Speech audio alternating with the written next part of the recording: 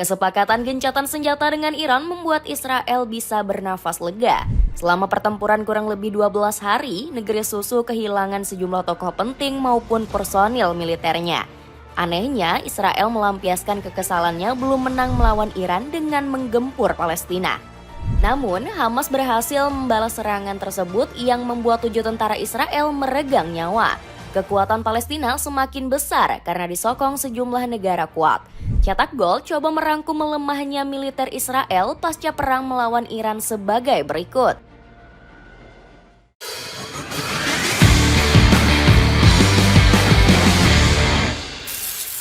Kerugian materi dan personil Israel melawan Iran. Pasca gencatan senjata dengan Iran, Israel dibuat menyesal setengah mati. Negeri Zionis baru tersadar jika perang tersebut sudah meninggalkan kerugian yang gak sedikit. Menurut laporan, 30 orang baik dari warga sipil dikabarkan harus meregang nyawa, sementara lebih dari 3.000 korban lainnya juga mendapat perawatan intensif karena terluka hebat. Prajurit IDF yang dikenal sulit dikalahkan bahkan ikut menjadi korban. Dalam serangan terakhir Iran di Tel Aviv, 4 anggota militer Zionis dilaporkan telah menemui ajalnya. Israel juga kehilangan 139 agen Mossad yang ditangkap. 5 diantaranya sudah dieksekusi mati oleh Iran. Gak cuma itu, lebih dari 700 mata-mata Israel lainnya berhasil diringkus. Benjamin Netanyahu pun dibuat pusing karena Israel telah mengeluarkan banyak biaya. Untuk operasi 1 hari saja, negeri susu mengeluarkan 725 juta dolar atau 12 triliun rupiah.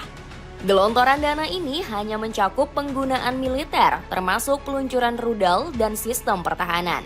Jika ditotal selama seminggu, Israel sudah mengeluarkan 5 miliar dolar atau 81 triliun. Jika perang berjalan 1 bulan, Israel kemungkinan besar bakal tumbang di tengah jalan. Sebab mereka mulai kehabisan amunisi dengan ditembaknya 5 pesawat siluman F-35. Selain itu, Iran juga berhasil menjinakkan lebih dari 60 rudal Zionis.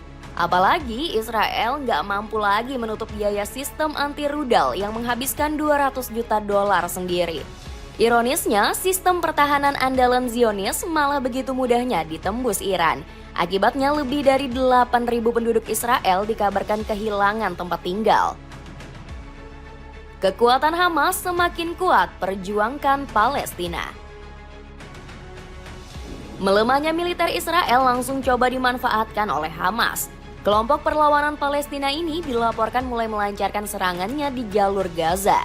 Terbaru, Hamas berhasil meledakkan salah satu kendaraan lapis baja IDF di Khan Younis.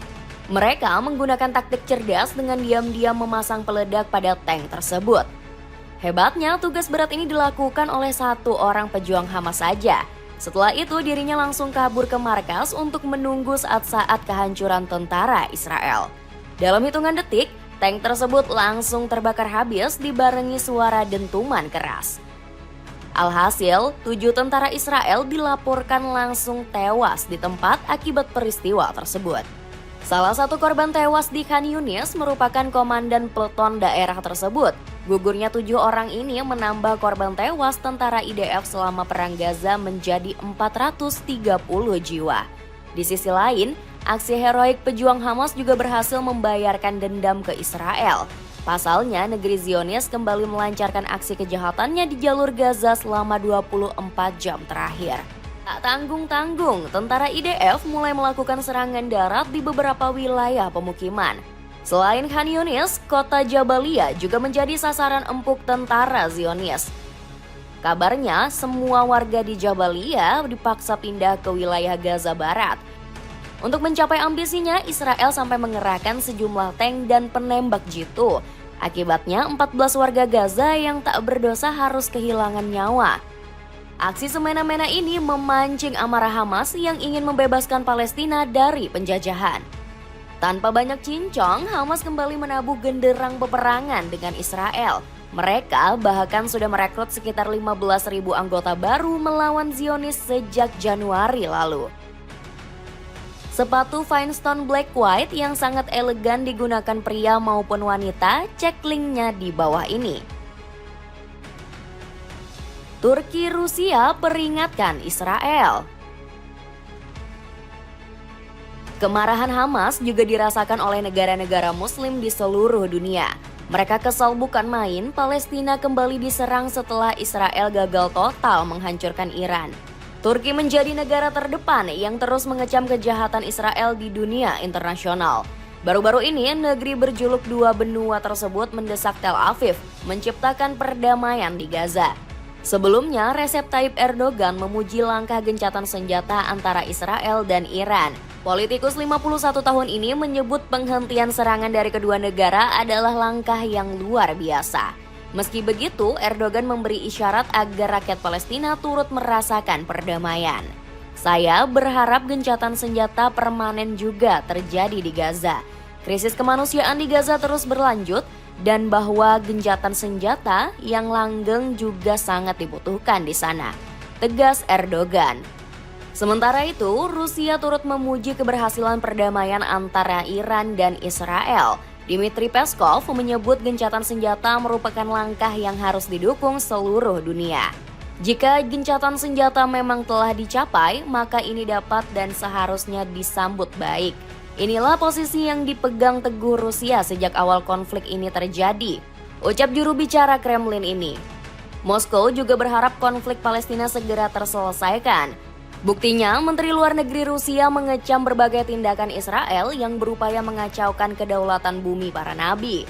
Rupanya, Sergei Lavrov kesal bukan main melihat Israel yang membuat perdamaian dunia terancam. Meningkatnya eskalasi akibat serangan Israel membuat ketidakstabilan serta ancaman bagi keamanan dan perdamaian dunia internasional, tegas Lavrov. Eropa siap perjuangkan kebebasan Palestina. Di saat Israel terus dikecam, Palestina justru semakin mendapat banyak dukungan. Negeri batu kapur tersebut di-backing negara-negara besar yang menjamin kedaulatan mereka. Sejumlah negara Eropa kini berbondong-bondong melindungi Palestina. Spanyol diketahui menjadi negara yang paling vokal mendukung perjuangan bumi para nabi. Buktinya, pemerintah kota Barcelona resmi mencabut kerjasama dengan pemerintah Israel. Ibu kota Catalonia ini juga mencekal kolaborasi dengan perusahaan milik negeri susu. Sementara itu, dukungan terhadap Palestina juga terus disuarakan oleh Perdana Menteri Spanyol. Kita harus mendesak Israel segera menghentikan operasi militer yang menduduki Gaza. Gaza adalah milik rakyat Palestina seutuhnya. Pengusiran paksa orang-orang dari tanah mereka merupakan pelanggaran hukum internasional, tegas Pedro Sanchez. Politikus 53 tahun ini juga bernazar akan terus membela keadilan bagi rakyat Palestina. Perlu diperjelas, menuntut keadilan dasar manusia bukanlah tentang melawan siapapun. Menuntut keadilan bukanlah sebuah aksi antisemitisme, tutup Sanchez. Kecaman terhadap penderitaan rakyat Gaza juga terus disuarakan oleh negeri Uni Eropa lainnya. Malta menjadi suara yang aktif mengecam kekejian Israel di Palestina. Kita tidak bisa tinggal diam menghadapi tragedi kemanusiaan di Gaza. Dunia internasional harus bersatu untuk menghentikan pertumpahan darah dan memastikan bahwa hukum internasional dipatuhi, tegas Perdana Menteri Malta Robert Abela. Di sisi lain, Eropa juga terus mendorong terbentuknya negara Palestina sejak 2023. Sejumlah negara benua biru seperti Norwegia dan Slovenia bahkan sudah mengakui kedaulatan negeri para nabi.